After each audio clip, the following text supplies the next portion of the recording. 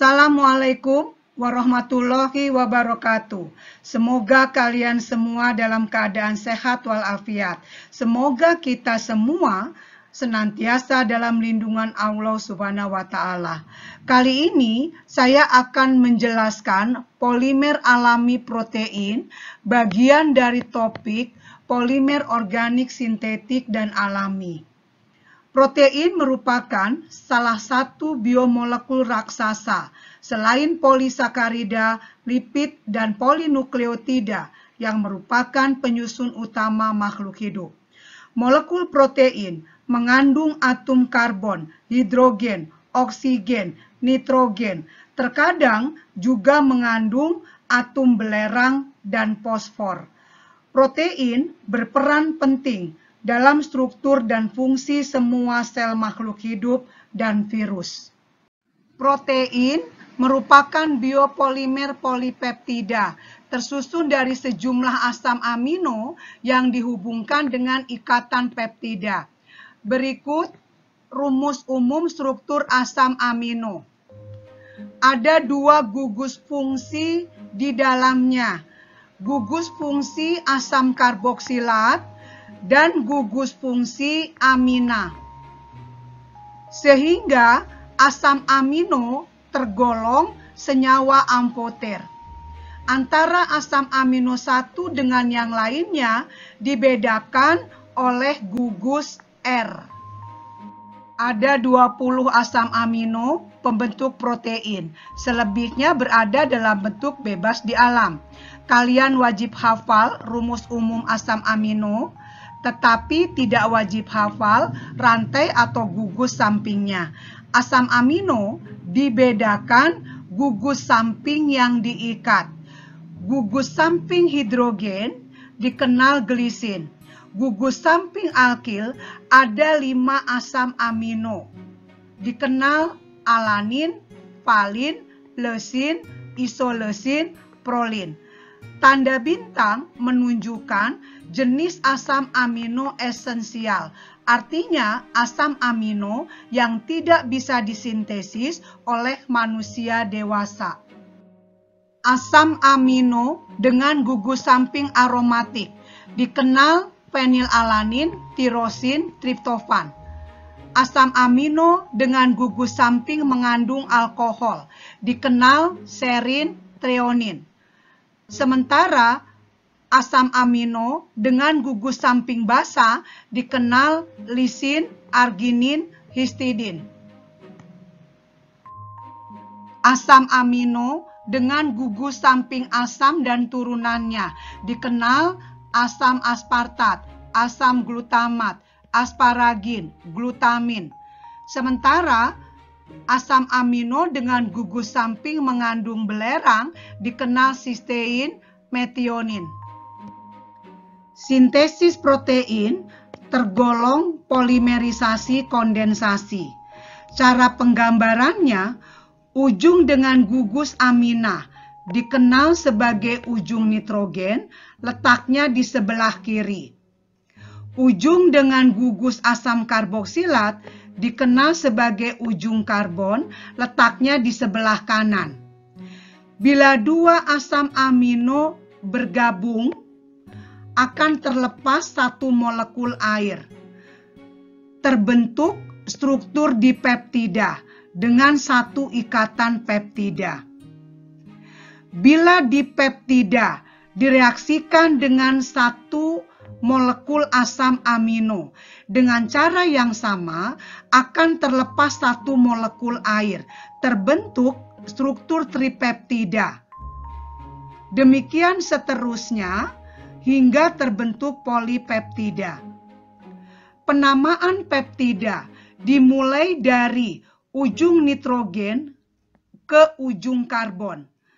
Dengan semua asam amino selain ujung karbon diganti dari akhiran ana menjadi il. Berikutnya contoh struktur tripeptida yang terbentuk dari 3 asam amino, glisin, alanin, serin. Bagian struktur glisin. bagian struktur alanin, bagian struktur serin. Pada struktur tripeptida terbentuk dua ikatan peptida. Tata nama tripeptida glisil alanil serin. Fungsi protein pada makhluk hidup sebagai pembentuk struktur pada sel, jaringan, atau organ. Sebagai enzim atau biokatalis, sebagai protein transport, pembawa zat melalui membran sel, sebagai zat pengatur, seperti hormon, antibodi. Protein dapat diklasifikasikan berdasarkan struktur, sumber, lokasi di dalam sel, bentuk, bobot molekul atau ukuran, polaritas atau kelarutan, asosiasi dengan senyawa lain, dan fungsi hayatinya. Pada slide berikutnya, saya hanya akan menjelaskan klasifikasi protein berdasarkan struktur. Berdasarkan struktur, protein dibedakan struktur primer, sekunder, tersier, dan kuaterner. Berikutnya, saya akan menjelaskan perbedaan struktur protein. Struktur protein primer merupakan struktur utama, terdapat ikatan peptida yang menghubungkan antar asam amino. Struktur sekunder merupakan struktur 3 dimensi dari berbagai rangkaian asam amino pada protein yang distabilkan ikatan hidrogen. Ikatan hidrogen terbentuk antara atom oksigen dari gugus karbonil dengan atom hidrogen pada gugus amina pada rantai polipeptidanya. Jika gugus karbonil dan amina berasal dari satu rantai polipeptida, membentuk struktur sekunder alpha helix. Pilihan rantai asam amino berbentuk spiral. Sementara jika gugus karbonil dan amina berasal dari antar rantai polipeptida, membentuk struktur sekunder lembaran beta. Ikatan hidrogen terbentuk antar rantai. Contoh protein dengan struktur alpha helix, struktur protein yang terdapat pada wol atau rambut. Terjadi jika gugus samping berukuran besar, gugus samping menonjol keluar helix. Protein dengan struktur lembaran beta, contohnya sutra. Monomer utama, glisin dan alanin. Sutra tidak punya elastisitas dan daya mulur, karena rantai-rantai polipeptidanya sudah terbentang. Bersifat sangat kuat, karena banyaknya ikatan hidrogen antar molekul. Terasa halus, karena gaya lemah antar lembaran. Struktur tersier merupakan gabungan struktur primer dan sekunder yang distabilkan oleh beberapa interaksi ikatan sehingga membentuk struktur yang sangat kompleks. Beberapa interaksi ikatan pada struktur tersier diantaranya jembatan garam, ikatan hidrogen, ikatan disulfida, ikatan hidrofobik.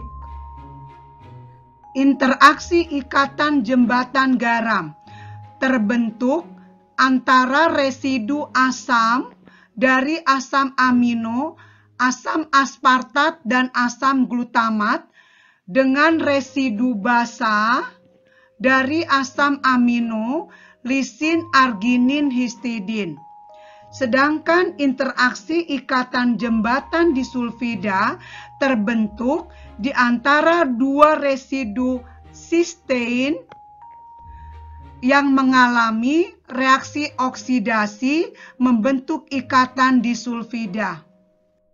Ikatan hidrogen pada struktur tersier terjadi di antara residu-residu yang memiliki gugus fenolik seperti tirosin, gugus hidroksil seperti serin dan treonin, gugus karboksil seperti asam-asam amino yang tergolong asam, gugus amino dan bernitrogen lainnya seperti asam-asam amino yang tergolong basa, dan gugus amida seperti asparagin dan glutamin.